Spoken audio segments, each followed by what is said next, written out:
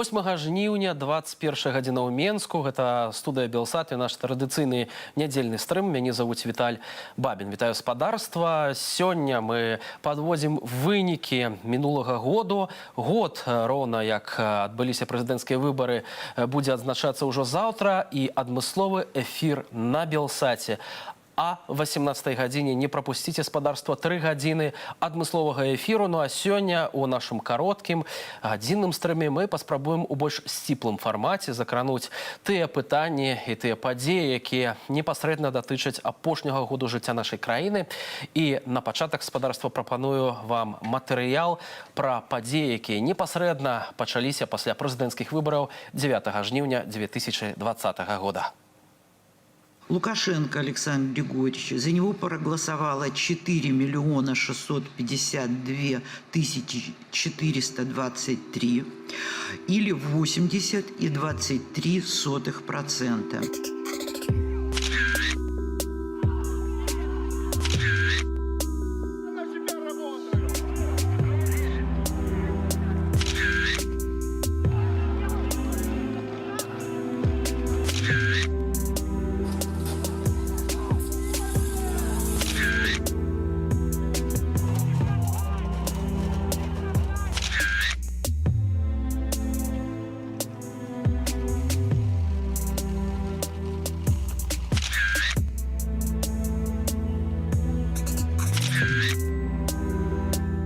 Власть должна сейчас подумать о том, как мирным способом передать эту власть, понимаете, потому что на данный момент у них единственный способ – это насилие над людьми. Мы призываем людей, которые считают, что их победу цинично украли, тоже не молчать.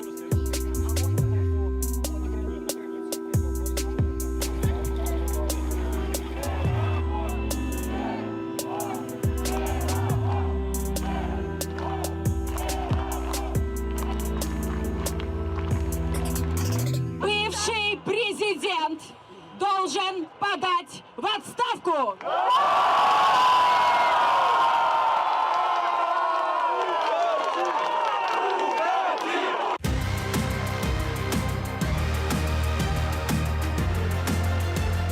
Я горжусь, что я сейчас могу быть здесь с вами, вас поддерживать, а вы поддерживаете нас. Я вас люблю!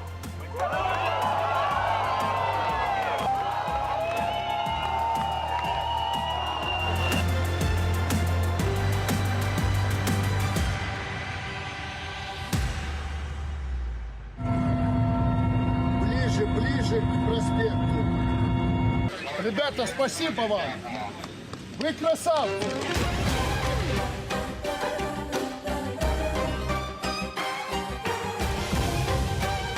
Мы должны победить духом, победить под силой своих убеждений. Ну-ка, фирменный знак, все вместе.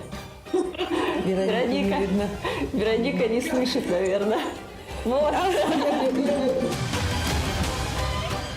Россия предоставит Беларуси в этот сложный момент кредит государственный.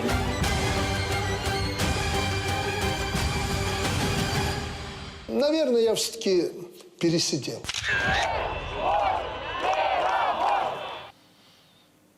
Спадарства, гэта далёка не ўсе падзеі, якія адбыліся ў Беларусі пасля 9 жніўня мінулага году. Я прапаную спадарству тыя, хто падпісаны на тэлеграм-канал Белсат, звярнуць увагу на вельмі важны артыкул. Гэта 12 міжнародных скандалаў, якія Беларусь трапіла з пачатку года. Нашы журналісты звярнулі ўвагу на тое, што калі вы чытаеце замежныя медыі, вы наўрад ці сустрэнеце там добрыя навіны пра Беларусь, затое скандальныя навіны ці што месяц. І вось самыя папулярныя 12 міжнародных скандалаў нашы журналісты сабралі ў гэтай публікацыі. Пра яе яшчэ, напэўна, мы з вамі, спадарства, пагаворым, а ўжо зараз з намі на сувязі дарадца Святлана Ціхановская ў міжнародных пытаннях. Франак Вечорка, вітаю. Добрый вечер. Франак, абсолютно фантастычная работа офісу Святланы Ціхановскай была зробленая за гэты год, аднак усё ж такі, што самае важнае можна было б адзначыць? Ну, галоўнае, каб вынік быў. Безумоўна, ёсць пазітыўны прагрэс у міжнародных адносінах. Тое, што Лукашенко 27 гадоў марозіў беларускую дыпламатыю, ні для кого не сакрэт. Мы зараз павінны проста адбудоўваць тое, што згублена. Это быў згублены час, згубленая чвэрць стагоддзя. Ясна, што цяпер з беларусамі стаіць Еўразвяз, Злучаныя Штаты Амерыкі, Великабрытанія, але гэтага, бачыце, недастаткова, каб дэмантаваць дыктатарскі рэжым. Все-таки замежная дапамога, замежны ціск мае значэнне, але ключ да вырашэння праблемы ён у самой Беларусі.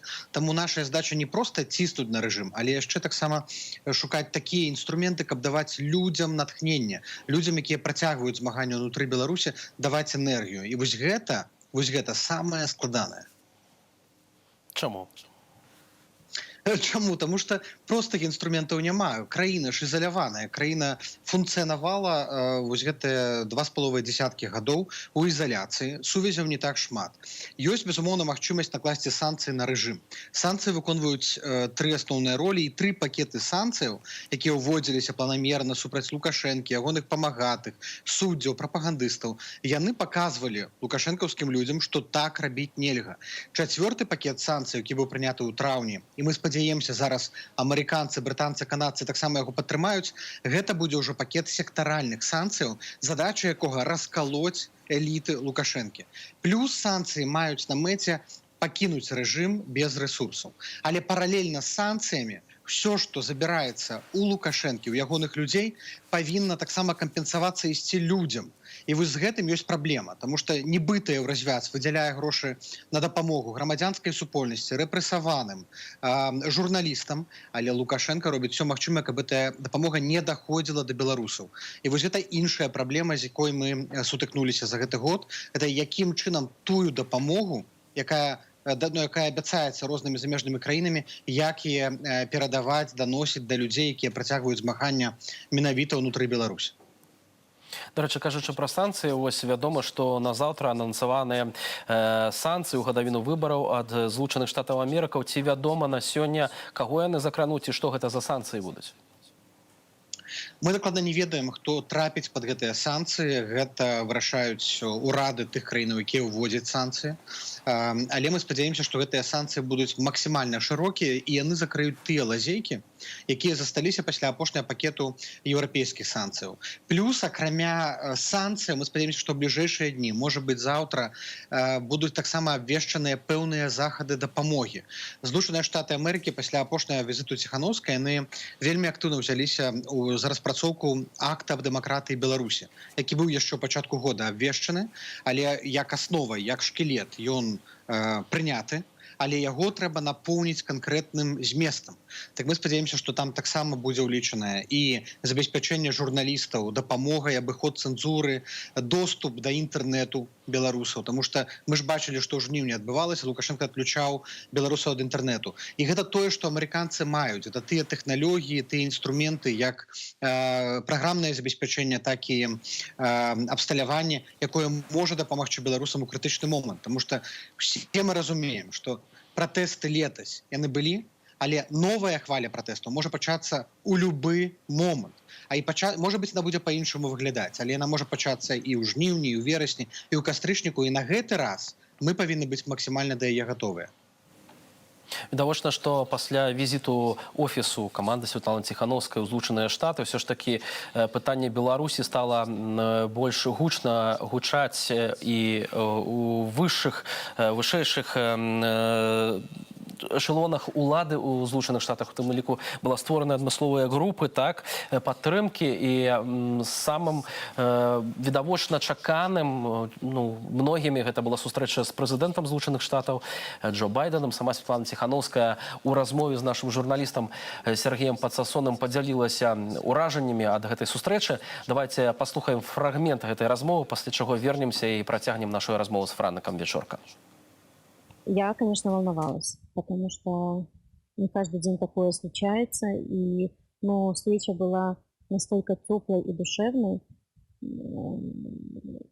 Вот так должен, как по моему мнению, вести себя президент демократической страны. Встреча длилась недолго, порядка 15 минут, но было сказано все. Читалось между строк. И здорово.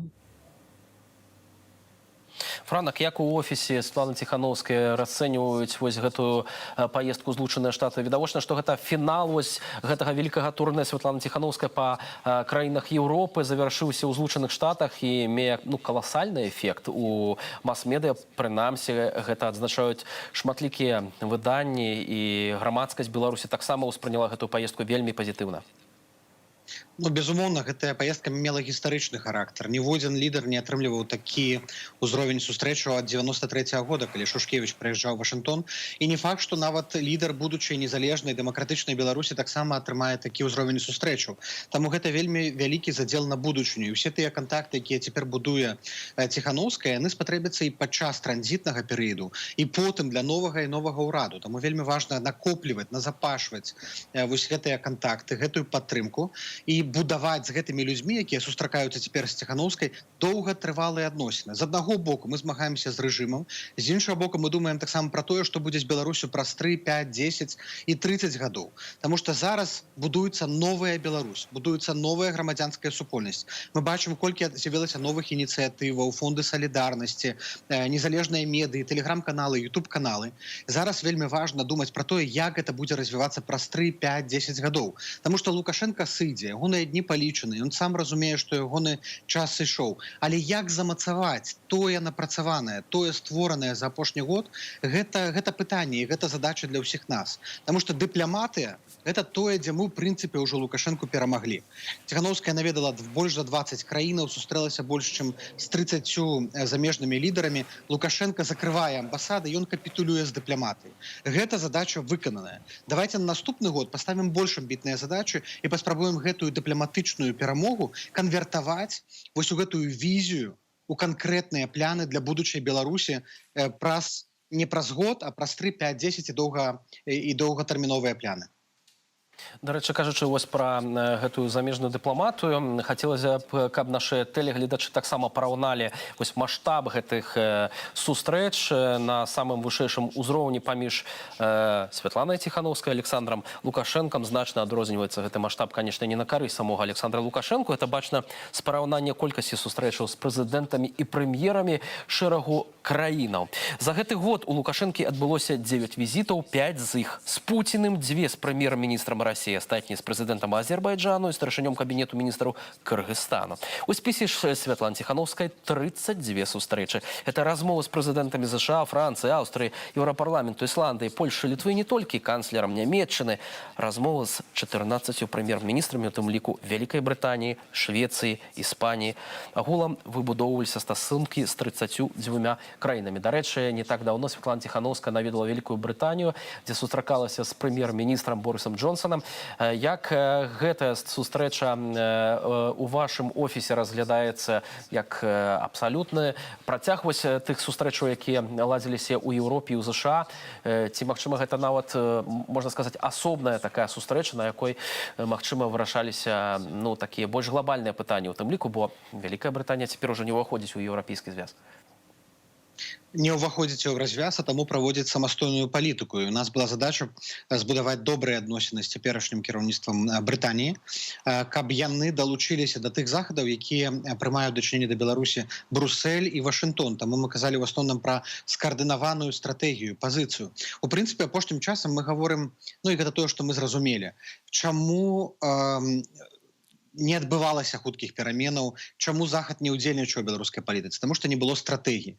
І зараз мы гэтую стратэгію разам з нашымі партнёрамі ў Брусэлі, Лондоне і Вашынгтоне выпрацоўваем. У Лондоне адбылася сустрэча з Джонсонам, надзвычай цікавая сустрэча. Сам па сабе Джонсон вельмі незвычайны палітык, які адрозніваецца ад традыцыйных палітыкаў, да якіх, магчыма, мы прызвычаіліся. Але ён шчыра цікавіўся, ён пытаўся Ціхановскую пра яе стратэгію, яе пляны, што адбываецца ў Беларусі, як адчуваюць сябе валанцёры, рабочыя творчы рух, рабочыя, і якім чынам Брытанія можа канкрэтна дапамагчы. Таму мы пайшлі з такіх глябальных тэмаў, пачалі з размовы пра санкцыі, пра падтрымку для незалежных медыяў, адкрыццё беларускай службы, а потым перайшлі да больш практычных, пра тое, што адбываецца ўнутры Беларусі. Яго цікавіла таксама пытанне пра беларускую мову, беларускую культуру, беларускую ідэнтычнасць. Надзвычай цікавая размова і шчырая зацікаўленасць Джонсона. А міністр Раб, міністр замежных справаў, ён прыйшоў да Святланы Ціхановскай ўжо з падрыхтаваным спісам адказаў. Ён напісаў: вось, Святлана Георгіевна, вось што мы робім ужо зараз для Беларусі, вось што мы плануем рабіць у самы бліжэйшы час. Таму я пад уражаннем знаходжуся вот ад гэтай брытанскай дакладнасці, педантычнасці і падрыхтаванасці. Франак, вось мы таксама крышачку вышэй закранулі тэму пратэстаў, якія зараз мы не назіраем ўнутры Беларусі.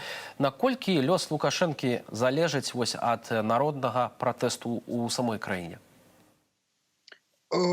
Залежыць. Я думаю, што гэта кашмар Лукашэнкі. Ён прачынаецца па начах у халодным поце, думаючы, што вось зараз і выйдуць. Але ў яго зараз з'явіліся і іншыя страхі, іншыя кашмары па начах. Мы бачым, што ён нікому не давярае. З арышт Цімановскай у Токіо гэта прыкмета таго, што ён падазрае кожнага ў нелаяльнасці і помсціць за любую праяву іншадумства, помсціць па максімуму. Скручвае рукі, завозіць у КГБ, і як таго Романа Пратасевіча катуе, а потым выставіць на ўсеагульны агляд. Але мы таксама бачым, што ён баіцца перавароту. Ён вельмі часта гаворыць пра здраду. Ён часта гаворыць: вы ж чыноўнікі, вы ж мне не здрадзіце, мы ж разам з вамі адной крыві. Ён вельмі часта гаворыць і апелюе да такіх рэчаў, як дзяржаўны патрыятызм, сцяг, вы ж дзяржаву прадстаўляеце. Гэта ўсё прыкметы страху, няўпэўненасці. Лідар, які адчувае сябе ўпэўнена, які трымае сітуацыю пад кантролем, ён не дзейнічае так, як дзейнічае Лукашенко. Не займаецца вось гэтай правакацыяй з іракцамі на беларуска-літоўскай мяжы. Не арыштоўвае спартоўцаў. У рэшце рэшт ён не выступае са сваімі нейкімі дурацкімі, узятымі з галавы заявамі. Я думаю, што заўтра, калі ён будзе выступаць, звяртацца да народу, нас чакае яшчэ цэлы комплекс дурацкіх заяваў.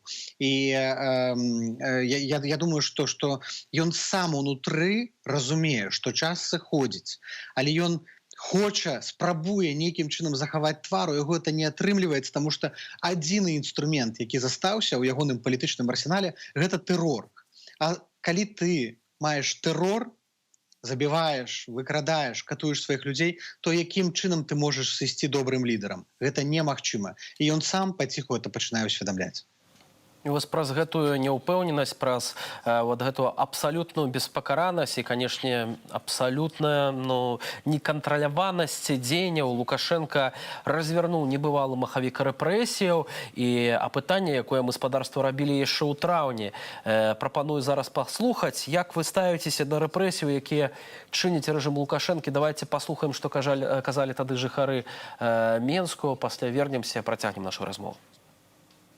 Я считаю, что у нас идет война с собственным народом. В наше время, да, в 21 веке такого вообще быть просто не должно. А это происходит. Такое ощущение, что какое-то мрачное средневековье. Люди невиновные в том, что они выходят просто, чтобы высказать свою точку зрения, а не просто сказать, что не для плохих целей они выходят. Масштаб большой в последнее время. А что происходит в стране? Каждый знает, что происходит. Просто все молчат. Все молчат, что-то ждут. А ничего не поменяется, пока сами белорусы что-то не решат. Это очень грустно. Но мне помогает еще то, что мои родители, в принципе, такого же мнения, как и я. И вся моя группа, очень многие люди поддерживают все это. И просто... В такие моменты берется только гордость за белорусов, которые не боятся и выходят. Я считаю, конечно же, что это беспредел, что так нельзя, и в нашем государстве должно быть все-таки все по правилам, по закону, по-честному. А то, что происходит у нас сейчас, это просто группа людей взяла власть в свои руки и пользуется этим. Жах – это трагедия. Это трагедия, и люди не разумеюць, што гэта будзе датычыцца да кожнага. Гэта жах. Маё меркаванне такое. У нас у краіне амаль ва ўсіх сферах такая ж абстаноўка. коли официальные лишь ну, скажем так, 100 человек, да, а неофициально еще помножайте на разы. Время такое, а действия преступные, вероломные. Жалко очень людей, деток, этих студентов. Вы извините, но это очень больно. Няма адзінага і дзейнага рэцэпту змагання з дыктатурай. Разам з тым гэтае змаганне працягваецца, аднак ці стаміліся беларусы змагацца надалей, бо вельмі шмат людзей апынуліся за кратамі. Дзесяткі тысяч беларусаў з'ехалі за межы краіны. Як вы лічыце? Цяжка, страшна, але ж энергія, жаданне пераменаў нікуды не дзеліся. Магчыма, вось гэтыя эмоцыі, якія былі ўвосень, яны трансфармаваліся ці ў крыўду, ці ў злосць, але не ў адчай. Я думаю, што я, напрыклад, атрымліваю часта лісты ад калегаў, сяброў з турмаў, і яны мне дасылаюць словы падтрымкі. Яны кажуць: ты там, Франак, трымайся, будь моцны, мы пераможам. І нават людзі ў Беларусі. Нам здаецца тут у Вільні, што наступіла фрустрацыя, часам здаецца, што вось нешта няма святла ў канцы туннеля, а потым мы робім званок з рабочымі ці з лекарамі, якія ўнутры Беларусі, яны кажуць: ўсё наперадзе, мы пераможам, нас усе падтрымліваюць. Таму я думаю, што нельга таксама трапляць вось у пастку нейкага свайго кола. Я думаю, што энергія, надзея, яна там. Так, зараз на трошки придушаная тэрорам, але любая іскра, як толькі адкрыецца вось гэты момант, з'явіцца, яна прорвецца, гэтая энергія. Магчыма, не будуць пратэсты ў той самай форме, але будуць іншыя акцыі, будуць акцыі там саботажу, непадпарадкавання. Мы бачым, што ўжо зараз там у рэгіёнах адбываецца такі своеасаблівы партызанскі рэзістанс. Мірны, не гвалтоўны, але ён адбываецца. Мы бачым, што тыя рабочыя, якія ўдзельнічалі ў страйках, зараз не могуць страйкаваць, але яны паціху гуртуюцца, да іх далучаюцца новыя людзі. Ідуць працэсы.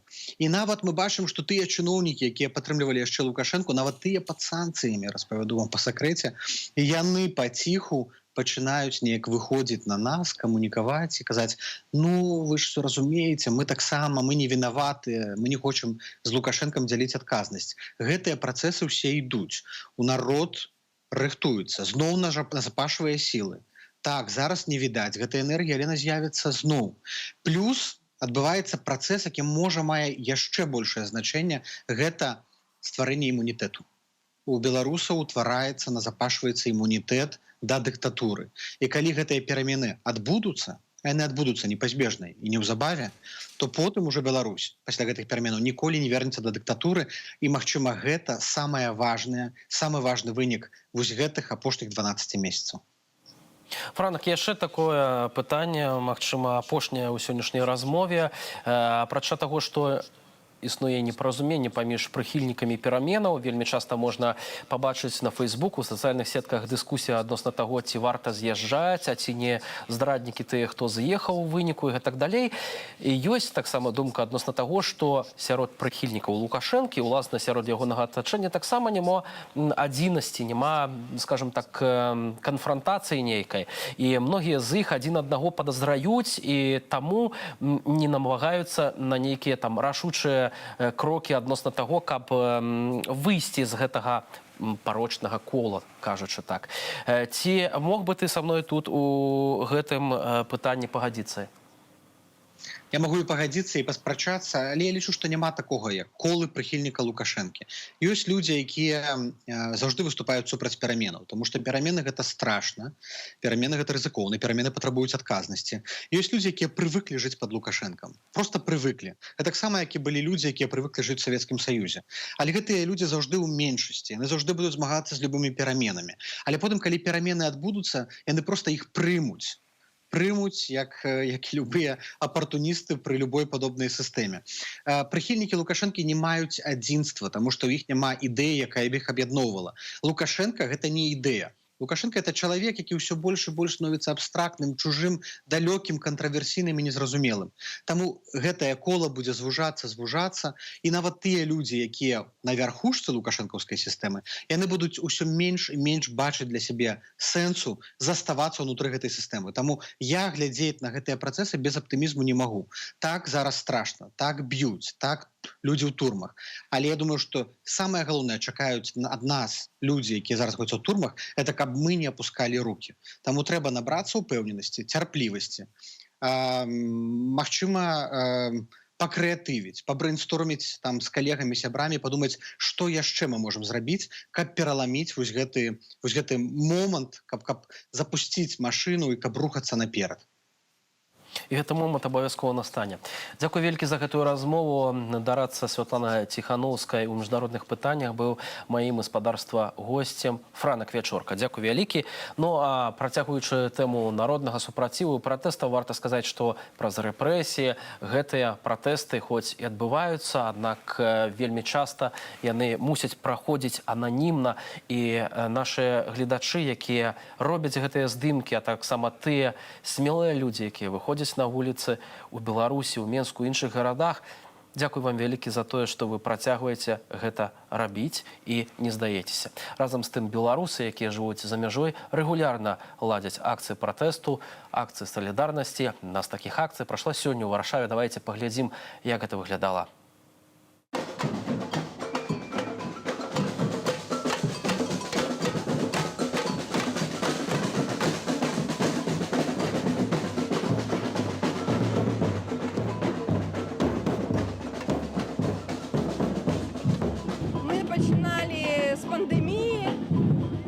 Почалась у всем свете, але все болячки, которые были, что назапасилися за 20 з лічим год, все вылезло на вонки, тому зразумела, что белорусы просто не смогли молчать, а зараз это вылилося в то, что мы просто уже не хотим, дороги назад нема, и мы повинны идти только наперед, только далей.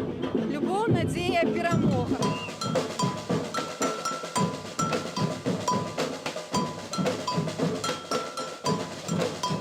Год выбору, год змагання. Напярэдадні гадавіны падзеяў жніўня 2020 года беларусы Варшавы правялі вялікі марш салідарнасці.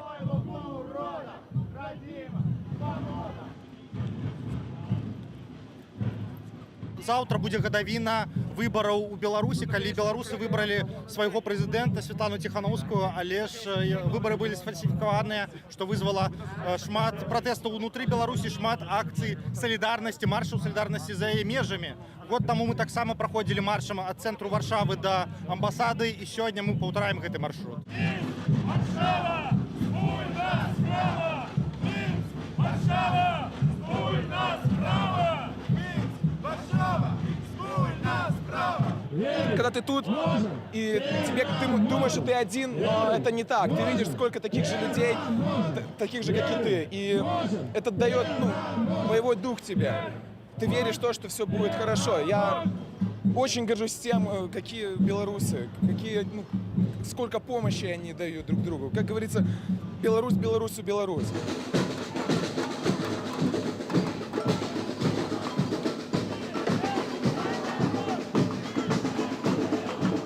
Колонна з некалькіх тысячаў удзельнікаў рухаецца цэнтрам польскай сталіцы міма амбасадаў Злучаных Штатаў Амерыкі і Расіі. Канцавым пунктам стане амбасада Беларусі.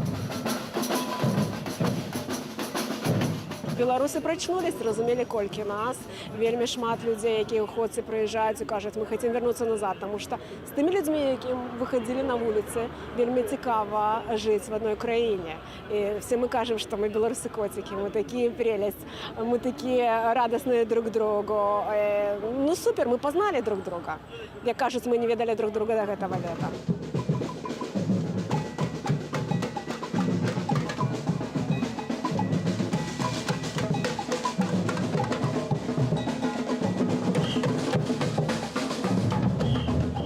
Пасля жнівеньскіх падзеяў 2020 году тысячы беларусаў былі вымушаныя пакінуць краіну. Але нават тут за мяжою яны працягваюць сваю актыўнасць, каб мець шанец хутчэй вярнуцца дадому. Алесь Баразенко, Белсат. Працягваем спадарства эфір. Ужо у гэтыя хвіліны у нас у студыі з'явіўся Павел Латушка, кіраўнік народнага антыкрызіснага ўпраўлення. Вітаю, спадар Павел. Добрый вечер. Сёння мы подводзім у такім сціплым фармаце вынікі вось гэтага году жыцця пасля прэзідэнцкіх выбараў, і ваше жыццё вельмі крута змянілася. Ці сёння вы не шкадуеце, што ўсё ж таки заняліся палітыкай, што кінулі выклік уладзе Лукашенко, які звольніў вас з Купалаўскага тэатру? Ну, абсолютно не шкадую ни одной хвилины, ни одного імгнення. Як гэта звязана, я не аднойчы адказваў пра пытанне маральнага выбару. Ці стаіш ты на баку добра, праўды, белага, ці на баку чорнага, хлусні і здзеку, які зараз ажыццяўляе рэжым у адносінах да беларусаў. Зразумела, што матывацыяй маёй з'яўляецца і тыя людзі, якія знаходзяцца сёння ў турмах. Это каля 1000 палітычных зняволеных, па-рознаму лічаць праваабаронцы, але ўсё ж таки трэба казаць, гэта 1000 чалавек і тыя людзі, якія яшчэ могуць патрапіць у турму. Ці я магу, як грамадзянін, як чалавек, як палітык, пагадзіцца з тым, каб так далей было? Не, ніколі. Таму матывацыі дастаткова. А чаму ўзнікла ідэя стварыць народнае антыкрызіснае ўпраўленне? Ну, на той момант мы планавалі аб'яднаць, і гэта было рэалізавана менавіта людзей, якія хочуць дзейнічаць актыўна, вынікова, з мэтаю таго, каб не даваць рэжыму магчымасці атрымліваць фінансавыя сродкі, атрымліваць знешнепалітычную падтрымку, каб перацягваць чыноўнікаў на бок беларускага народу, каб працаваць, распрацоўваць пытанне будучай Беларусі, бяспекі Беларусі. Ну, гэта шмат накірункаў разнастайнай актыўнай дзейнасці, і гэтай дзейнасцю мы займаемся на працягу гэтага перыяду. Вось тады, калі вы ставілі перад сабой асобныя мэты, нейкія задачы перад народным антыкрызісным управленнем, за гэты год што вам удалося зрэалізаваць, чым вось вы асабіста задаволены? Вы ведаеце, я не думаю, што сёння час рабіць справаздачы, расказваць пра тое, што ўдалося дасягнуць, все ж таки выніку галоўнага няма. І з пункту гледжання як палітыка, гэта не справаздача ў Міністэрстве замежных спраў ці на нарадзе ў Лукашэнкі, каб я сказаў пералік 20-25 пунктаў, што зроблена. Галоўнае, трэба казаць, што зараз трэба зрабіць, каб дасягнуць мэты, і што нам гэта перашкодзіла. Аналіз, што нам перашкодзіла, гэта вельмі важная справа. Памылкі, якія былі зроблены. Колькі б зараз прапаганда нам не казала, што гэта каляровая рэвалюцыя, што гэта спецыяльна фінансавалася Захадам, все это было падрыхтавана. Зразумела, у нас не было моцных палітычных структураў на той момант, каб яны маглі прыняць ініцыятыву і адказнасць на сябе і тады утрымаць уладу. Бо фактычна ўлада ўжо была ў руках народа, але мы ў апошні момант яе згубілі. Канешне, памылкай можна з'яўляцца тактычнага характару, калі трэба было сапраўды взяць пад кантроль тэлебачання, а мы пайшлі да Дому ўрада. Дарэчы, я таксама хадзіў да Дому ўраду і разумеў, што гэта памылковая сітуацыя. Можна разбіраць гэтыя ўсе памылкі, але сёння якая выснова? Мне падаецца, што менавіта сёння мы шчыра і адкрыта павінны сказаць. Галоўнай нашай мэтай павінна быць стварэнне шырокай, моцнай коаліцыі дэмакратычных сілаў, аб'яднаных адной мэтай. Вось гэтага нам на сённяшні момант не хапае. Дзеля гэтага нам трэба стварыць структуру, ну, структуру нефармальнага характара, я не кажу пра фармалізацыю, якая магла бы выпрацаваць стратэгічныя накірункі дзейнасці дзеля того, каб змяніць сітуацыю ў Беларусі. Бярем, напрыклад, пытанне падрыхтоўкі страйкаў, забастовак. Трэба, каб працавалі ўсе разам, бо гэта тая мэта, якая перад намі стаіць. Калі мы кажам пра пытанне знешнепалітычнага, знешнеэканамічнага ціску, гэта таксама пытанне, якое нам стаіць. Наступнае, што трэба зрабіць бліжэйшым часам, гэта правесці кангрэс беларусаў. Беларусаў не толькі замежжа, бо гэта сапраўды моцная сіла, якая нас вельмі актыўна падтрымлівала і падтрымлівае да гэтай пары, але выкарыстоўваючы інтэрнэт-тэхналогіі і беларусаў, якія пражываюць у Беларусі, паказаць, што мы ўсе аб'яднаны, усе мы разам. Ну і далей выпрацаваць менавіта гэтыя галоўныя накірункі, што рабіць унутры Беларусі, бо вось гэтага, мне падаецца, на сённяшні дзень не хапае. Нам трэба далучацца да плану перамога. Я яшчэ раз заклікаю ўсіх, далучайцеся да гэтага плану. Ён спатрэбіцца нам вельмі важна у вырашальны момант развіваць партызанскі рух, рыхтавацца да страйку, да забастовак. Гэта ўсё як бы мэты, гэта інструменты, але каб яны былі выніковымі, нам трэба менавіта гэтае агульнае аб'яднанне, размеркаванне адказнасці і працаваць усім разам на гэты вынік. Дарэчы, спадар Павел, сёння з'явілася заява верхоўнага прадстаўніка Еўразвязу ў пытаннях замежнай палітыкі і палітыкі бяспекі Жозепа Барэля. Ён таксама кажа пра палітычны дыялог. Я дазволю гледачам зачытаць гэтую цытату, якая з'явілася напярэдадні гадавіны прэзідэнцкіх выбараў.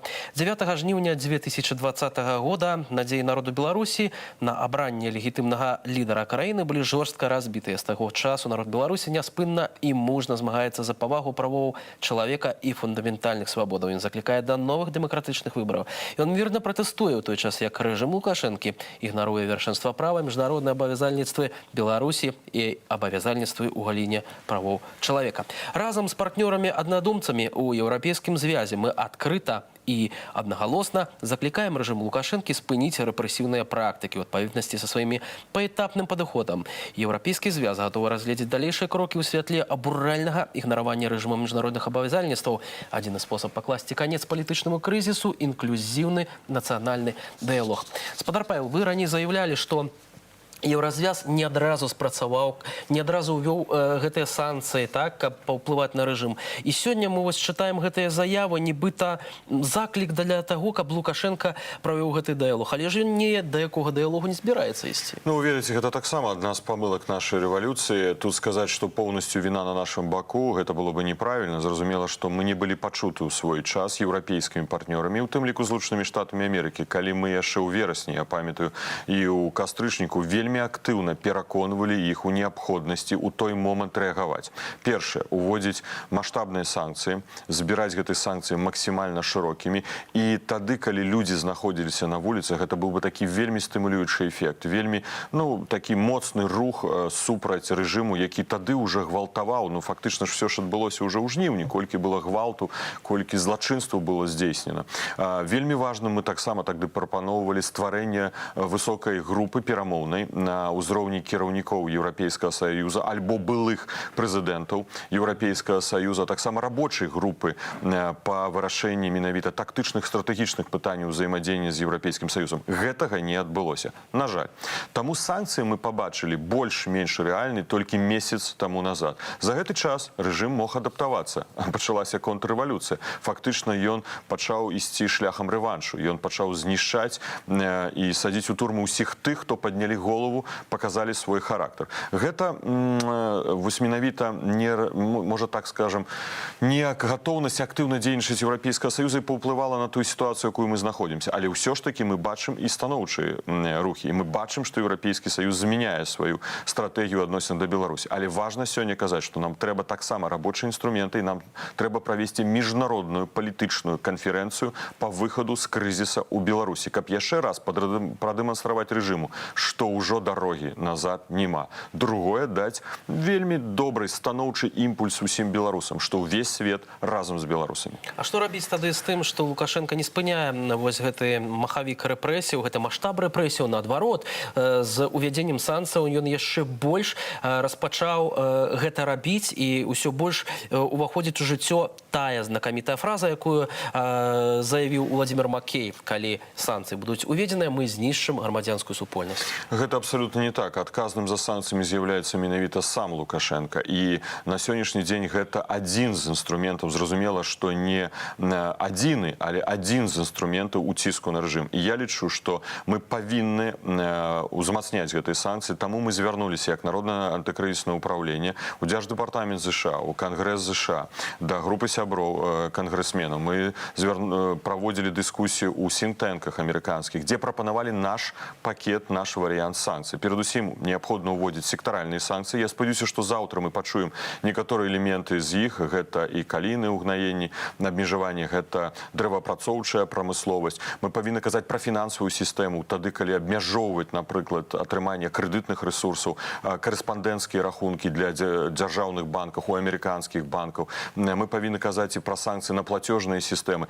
Пытанне Міжнароднага валютнага фонда. Дарэчы, вось учора фактычны бум адбыўся ў соцсетках Міжнароднага валютнага фонду. Я хацеў падзякаваць усім, хто далучыўся да акцыі Народнае антыкрызіснае ўпраўленне, бо мы не павінны дазволіць, каб рэжым атрымаў 1 мільярд пазыкі праз спецыяльныя правовыя запазычанасці праз Міжнародны валютны фонд. Таму я звяртаюся, калі ласка, заходзьце нашы старонкі і пішыце звароты урадам еўрапейскіх краін, таксама Злучаным Штатам Амерыкі, каб мы не дапусцілі прызнання права Калаура, старшыні Нацыянальнага банка, міністра фінансаў Сілівёстрага распараджацца рахункам Беларусі ў міжнародным валютным фондзе. Калі мы гэта зробім, то тады будзе аб'яўлены дэфолт па еўра паперам Беларусі. Калі будзе аб'яўлены дэфолт па еўра паперам Беларусі, Лукашенко павінен будзе заплаціць больш за 3 мільярды 200 мільёнаў еўра. Ён не будзе ў стане гэта заплаціць. Гэта значыцца фінансавы дэфолт з усімі вынікаючымі наступствамі. І ў гэты момент мы павінны быць гатовы з планам перамога, з забастоўкамі, з партызанскім рухам. Мы павінны быць гатовы ў гэты момант рашуча выступіць і перамагчы. І ўжо не дазволіць нікому падарыць нашу перамогу. Спадар Павел, вось все ж таки на развітанне яшчэ одно такое, магчыма, агульнае пытанне. Год мінуў фактычна з пачатку гэтых падзеяў, з пачатку прэзідэнцкіх выбараў. Вельмі шмат скандалаў адбылося, дарэчы, і у міжнародных медыях мы ўсё больш чытаем такія сумныя навіны пра Беларусь, правда? І все ж таки, на ваш погляд, вот калі адштурхоўвацца той ідэі, што рэвалюцыя не скончаная, што яна працягваецца, то год для гэтай рэвалюцыі гэта шмат ці мала яшчэ? Ну, для кожнага асобнага чалавека гэта шмат. Бо, шчыра кажучы, мы так у камандзе Народнага антыкрызіснага ўпраўлення недаўна хтосьці сказаў вельмі слушны тэзіс. Мы жыццё поставили на паузу. І ведаеце, калі людзі не могуць жаніцца, калі нараджаць дзяцей, калі ўзнікаюць праблемы, ты не бачыш, што навокал. Ты бачыш толькі адно – мэту, працу на гэтую мэту. Ты аддаеш усе маральныя сілы, фізічныя сілы дзеля гэтага. Мы жыццё паставілі на паузу. І кожны з беларусаў, я думаю, большасць беларусаў жыццё паставіў на паузу. Гэта даволі доўгая, працяглая пауза. Але гэта не павінна нас дэматаваць. Тым больш, што мы павінны пагадзіцца з гэтым, што хтосьці гэта робіць, хтосьці змушае нас так рабіць. Не. Таму мы будзем весці барацьбу. І мы зможам перамагчы, калі мы будзем аб'яднаныя, калі мы будзем мець гэту шырокую дэмакратычную кааліцыю, апрацуем стратэгію і будзем вельмі мэтанакіравана, пункт за пунктам працаваць да яе выканання. Я спадзяюся, што многія беларусы, канешне, аб гэтым і мараць. Дзякуй вам вялікі за вашу працу і, канешне ж, за гэтую размову. Спадарства Павел Латушка, кіраўнік Народнага антыкрызіснага ўпраўлення, быў маім і спадарства госцем у студыі Белсат. Ну а мы працягваем наш эфір і кажам пра змаганне беларусаў, у тым ліку за мяжой. Адна з такіх акцыяў пратэсту адбылася і ў Кіеве. Давайте паглядзім, як гэта выглядала.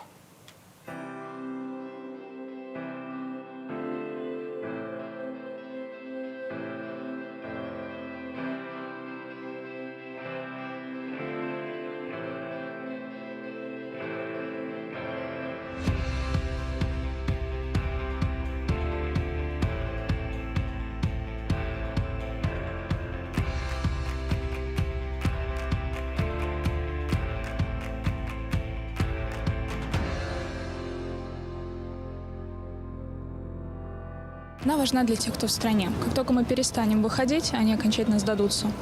Силы у людей заканчиваются, и мы просто подпитка дополнительная и для того, чтобы мир не забывал про это. Я успел убежать. Вот, от этой уголовки убежал. Почему я пришел? Во-первых, у нас тут, скажем так, один повод, скажем, хороший, второй повод грустный. Первый, что все-таки революция продолжается, и сегодня у нас годовщина, скажем так, революции. Второй повод – это все-таки убийство нашего известного патриотичного белоруса Виталия Шишова. И почему мы сюда приходим? Мы хотим показать, что несмотря на то, что убивают людей, несмотря на то, что продолжаются репрессии, мы должны продолжать борьбу. Если мы сдадимся, это будет означать, что у них получилось нас запугать, и мы сдались. Этого ни в коем случае делать нельзя. Солидарность – это единственный сейчас действенный инструмент для нас. Поддерживать друг друга, быть разом. Мне пришлось оставить в Беларуси все, что я создавал на протяжении 45 лет жизни. Это достаточно болезненно. Но лучше быть свободным здесь, чем в тюрьме там. За астатні год я кірую проектом дапамогі антыкрызісны цэнтр «Беларускі дом», і каб не салідарнасць светавая, сусветная, просто мне падаецца, што беларусы бы сябе зараз адчувалі вельмі дрэнна. Я побачила увесь жах беларускага рэжыму, тому што бежанцы праходзяць праз наш проект, мы ім дапамагаем, і мы літаральна самі пражываем жыццё разам з імі, і Акрэсціна, і Жодзіна, і ўвесь той жах, якой з імі рабілі, таму безумоўна, тут мы пачуваем сябе спакойна, тому што тут ніхто зараз не стаіць і не пагражае мне як мінімум дубіналам.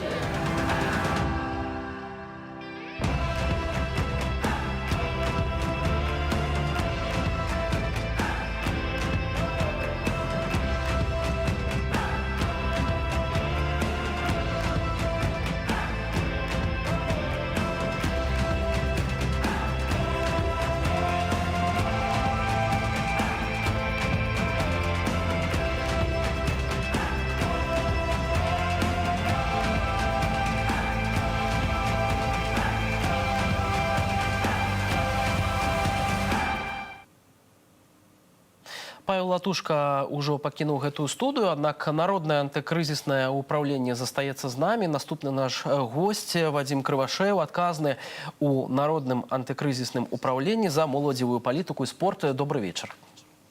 Добрый вечер. Спадар Вадим, скончылася сёння Олимпиада у Токио. Белорусские спортовцы не могут похвалиться великим таким вынікам, добрыми выступами. Принамсі, только 7 медалёў, 1 золото, 45-е месца у агульным заліку. На ваш погляд, у чым прычына не вельмі такого добрага выступа на гэтых олимпийских гульнях белорусской сборной? Ну, знаете, общий результат, конечно же, имеет негативный характер, да, и по количеству медалей, как вы уже сказали, это наихудшее выступление в истории суверенной Беларуси, да. Но вместе с тем, если разбирать уже на какие-то более детальные вещи, то есть команды, которые выступили достаточно неплохо, можно назвать тех же борцов.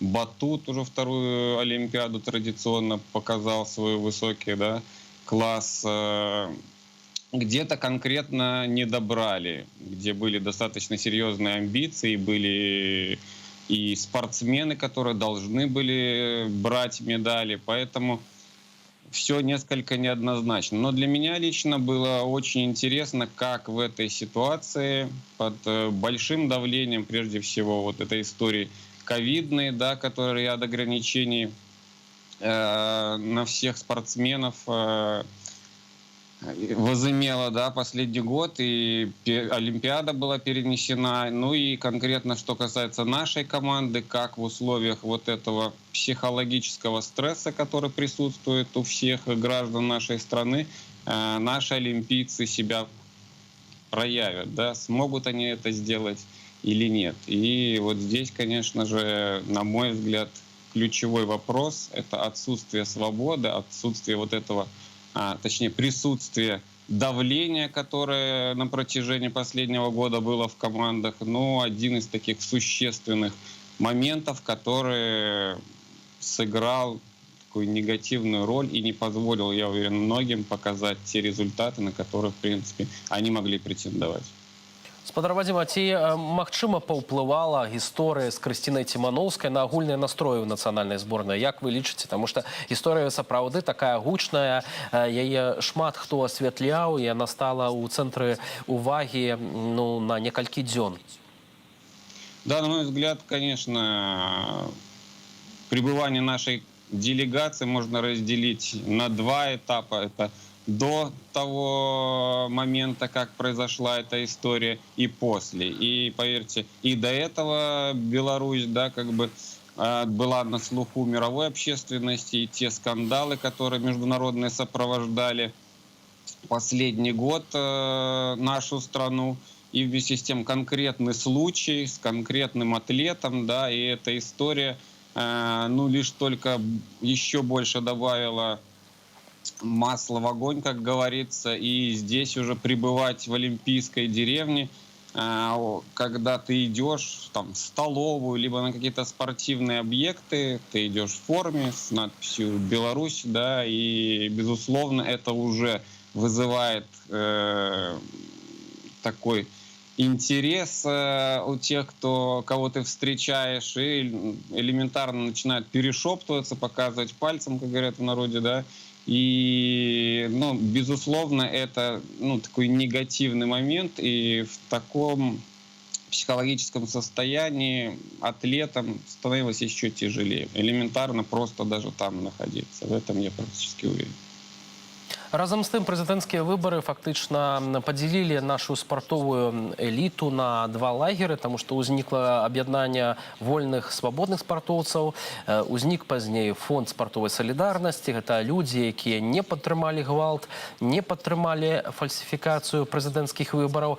І адначасова з'явіўся ліст пра уладных, так скажем, спартоўцаў, якія падпісалі ліст у абарону улады Александра Лукашэнкі. І вось падаецца, ўсё грамадства нібыта было падзелена на две паловы, і спартоўцы таксама падзяліліся, хаця спорт як быццам бы, як кажуць, па-за палітыкай. Ці ўсё ж такі у палітыцы? Ну, вы знаете, в той ситуации, которая оказалась, в принципе, вся общественность, да, и спортсмены. Спортсмены всегда у нас в стране были теми людьми, которыми, в принципе, восхищались, восхваляли и ориентировались наши граждане. Они были героями. Ну и, понятно, психология людей и это разделение, потому как абсолютно не вызывает ни у кого сомнения, что на последних выборах большинство наших граждан поддержало Светлану Тихановскую. И в этой ситуации, когда спортсмены своим, ну, прежде всего, молчанием, да, а под каким-то давлением начинают подписывать еще и бумаги вопреки общественному большинству, ну, безусловно, это забирает болельщиков и вообще забирает какой-либо интерес к спорту. Поэтому, знаете, последний год, ну, спорт стал для обычных обывателей гораздо менее интересен, чем он был до этого. Он перестал быть таким, как был до всей этой ситуации. Да, конечно, специалисты, какие-то технические результаты, но все те эмоции, которыми раньше обладал спорт, и как люди относились к спортсменам, особенно к успешным спортсменам, вот это все в разы уменьшилось. Зараз мы узгадаем, як яшчэ летась аб'яднанне вольных спартоўцаў сустракалася, каб разам сказаць не гвалту і фальсіфікацыям выбараў. Гэта Александра Герасименя, Константин Яковлев, Василь Хамутовский. На вялікі жаль, многія спартоўцы вымушаныя былі з'ехаць з краіны. Давайте паглядзім невялічкі матэрыял, пазней вернемся ў студыю, каб працягнуць нашу размову.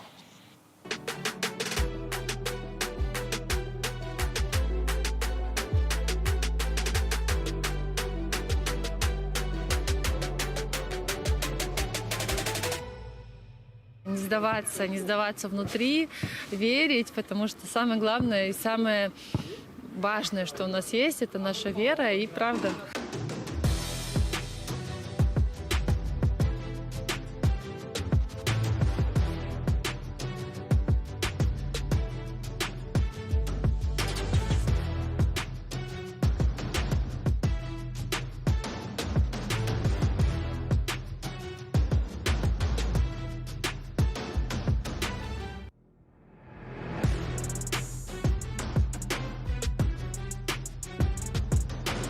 Этот режим, он поменяется, и уже очень скоро, мы на это надеемся. Мы, в принципе, терпеливо, даже если не скоро, мы подождем.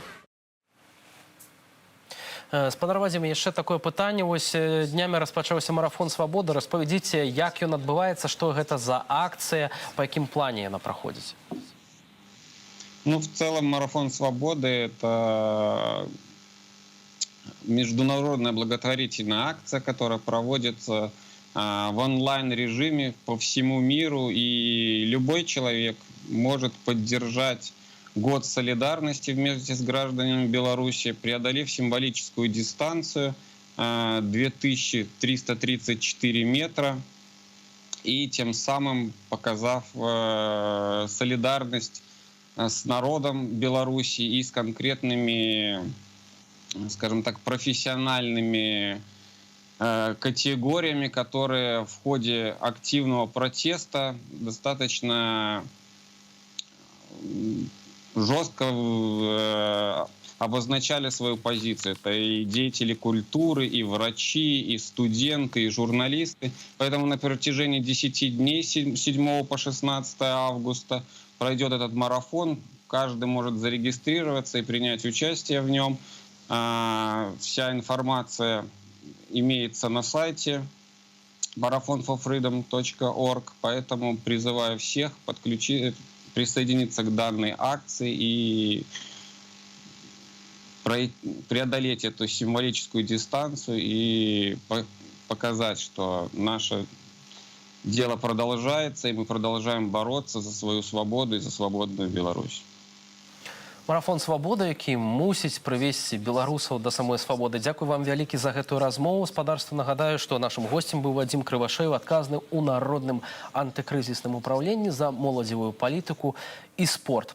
Гэта ўсе былі навіны на сёння. Мы падводзілі вынікі году жыцця пасля прэзідэнцкіх выбараў 9 жніўня 2020 года. Ну а заўтра, спадарства, не прапусціце адмыслова 3-гадзінны эфір студыі Белсат, які распавядзе спадарству пра самыя важныя падзеі, пра самыя важныя ўспаміны тых дзён, калі Беларусь перажывала свой новы год пасля прэзідэнцкіх выбараў зусім іншай Беларусю, зусім іншымі людзьмі, якія прачнуліся і сказалі не гвалту і фальсіфікацыям выбараў. Спадарства, а 18 стартуе гэты эфір на Белсаце. Ну а я хочу падзякаваць вам за тое, што былі цягам гэтай гадзіны разам з намі, і на развітанне спадарства яшчэ адзін матэрыял. Падзеі мінулага году змянілі жыцці тысячы беларусаў па ўсім свеце. Гэтак здарылася і з магілёўскай актывісткай, незалежнай назіральніцай на выбарах, удзельніцай чату Магілёў адраджэння Святланай Кутковіч. Пад крымінальным пераследам яна вымушаная была ўцячы з радзімы і прадзірацца лясамі праз мяжу. Цяпер Святлана ў бяспецы і гатова падзяліцца сваёй гісторыяй з намі. Слухаем гэтую гісторыю разам. Ну а я, Віталь Бабін, зычу вам добрага вечара і да наступных сустрэчаў на Белсаце.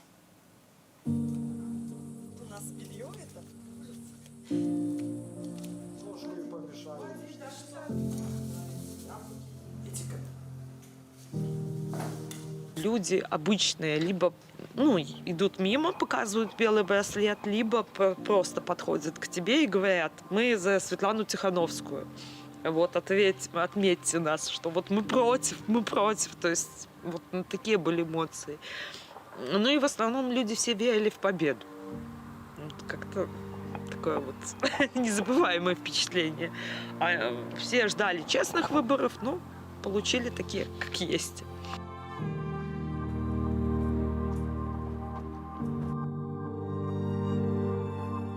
В октябре начала мной милиция интересоваться. Первый раз они мне позвонили на мобильный телефон и пригласили. Сказала: я к вам не пойду, потому что я не знаю, кто звонит.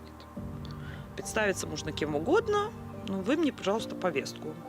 Они мне пришли на работу, вручили повестку.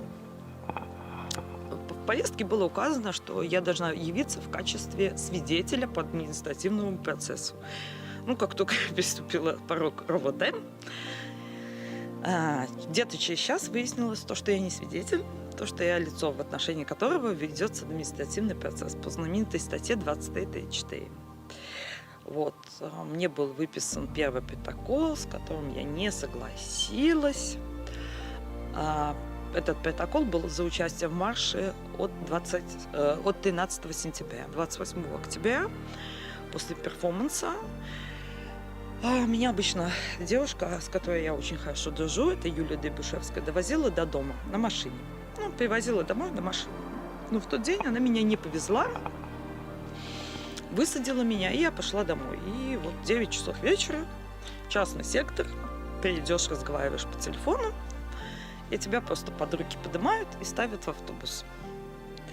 Это получило, одно сыграло мне на руку, то, что я разговаривала с активистом могилевским, с Андреем Будзилевым. Я успела сказать: Андрей меня задерживает.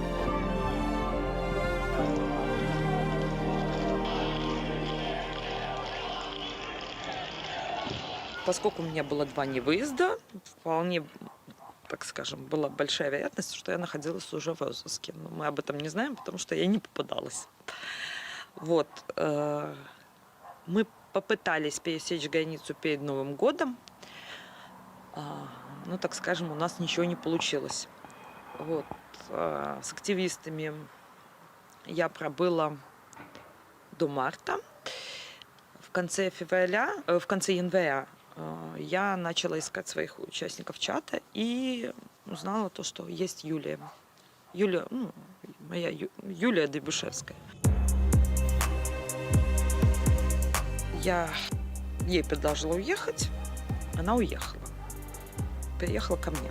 Мы были в этом городе, она была вместе со мной. Параллельно с этим, с выездом Юлии, я познакомила, так скажем, меня Наталья Ивановна вывела людей, которые занимаются вывозом, которые занимаются, так скажем, помощью людей, которые оказались в такой ситуации, как я, когда выехать нельзя. Самое яркое это было ходьба по пересеченной местности, то есть это конец марта,